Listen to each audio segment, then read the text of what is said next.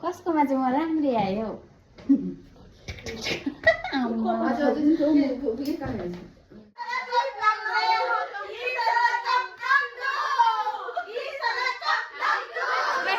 cake पनि काटिसक्यौँ होइन यहाँनिर फोटो खिच्दैछ सबैजनाले ए केक हामी काटेर यस्तो बनाइरहेको यहाँ अलिक मजाले ल्याइदिनु है दामी भएको छ केक चाहिँ यो कसले फ्याँकेको केक हौ फोटो खिच्दैछ नि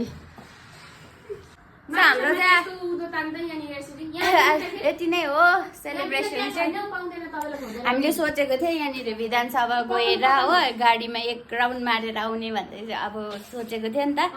भएन अनि क्लाइन्ट बेसी भएर चाहिँ बिजी भयो हामी चाहिँ